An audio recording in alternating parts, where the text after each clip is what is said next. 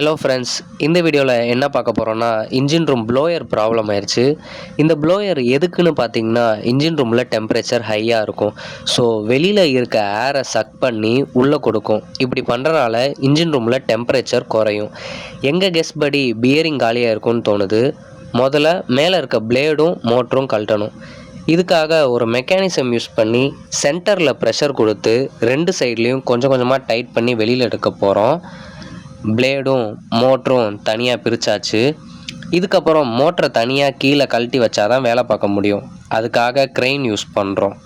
முதல்ல ஃபவுண்டேஷனில் இந்த சைடு இருக்க 2 போல்ட்டும் அந்த பக்கம் இருக்கிற 2 போல்ட்டும் கழட்டணும். ஸோ ஒரு போல்ட்டாக லூஸ் பண்ண ஸ்டார்ட் பண்ணிட்டோம். அதுக்கப்புறம் மோட்டரை தனியாக கழட்டியாச்சு. தென் அதை ஒரு ஃப்ளாட் சர்ஃபேஸில் வச்சாச்சு.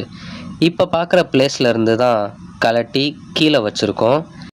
லைட்டாக ஏரை வச்சு அப்படியே க்ளீன் பண்ணிக்கலாம். அப்புறம் ஒரு சைடில் இருந்து போல்ட்டை லூஸ் பண்ண ஸ்டார்ட் பண்ணி மோட்டரை அப்படியே கழட்ட போகிறோம். ஸோ ஒன் சைட் கவரை ரிமூவ் பண்ணியாச்சு. நம்ம கெஸ் பண்ண மாதிரியே பியரிங் தான் காலியாக இருக்குது.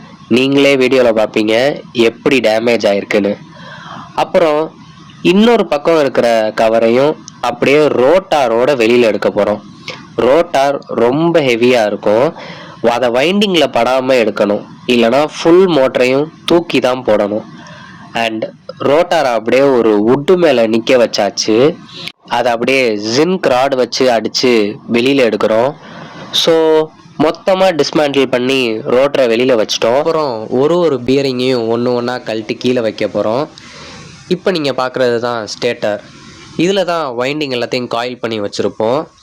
இப்போ அதை நம்ம மெகர் டெஸ்ட் பண்ணுறோம். அதை எர்த்து கூட ஃபஸ்ட்டு செக் பண்ணுறோம், ஓகேவாக இருக்குது. அப்படியே ஒரு வைண்டிங்கோட மெகரை செக் பண்ணுறோம்.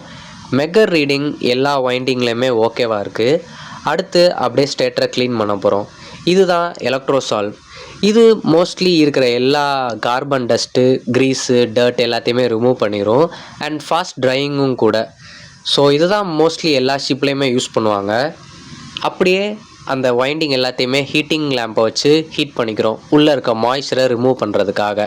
அடுத்து பார்த்திங்கன்னா அப்படியே ரோட்டாரில் பியரிங்கை இன்சர்ட் பண்ண போகிறோம். நார்மலி அதர் ஷிப்பில் special tool and bearing heater வச்சுருப்பாங்க. இங்கே நம்மள்ட்ட எதுவும் இல்லாதனால சிலிண்டர் ஆயில் வச்சு ஹீட் பண்ணி பியரிங் எக்ஸ்பேண்ட் பண்ணி அப்படியே ஸ்மூத்தாக உள்ளே போக வைக்கிறோம். இதுக்கப்புறம் மோட்டரை அப்படியே பாக்ஸ் பேக் பண்ண போகிறோம். பாக்ஸ் பேக் பண்ணிட்டு ரொட்டேட் பண்ணி பார்க்குறோம். எல்லாமே ஸ்மூத்தாக ஃப்ரீயாக ரொட்டேட் ஆகுது. கடைசியாக எல்லா வேலையும் முடிஞ்சதுக்கப்புறம் மோட்டரை திரும்ப ஃபவுண்டேஷன்லேயே வைக்க போகிறோம். ஃபவுண்டேஷனில் வச்சாச்சு. ட்ரை அவுட் பண்ணி மோட்டரும் நல்லபடியாக ஓடிடுச்சு.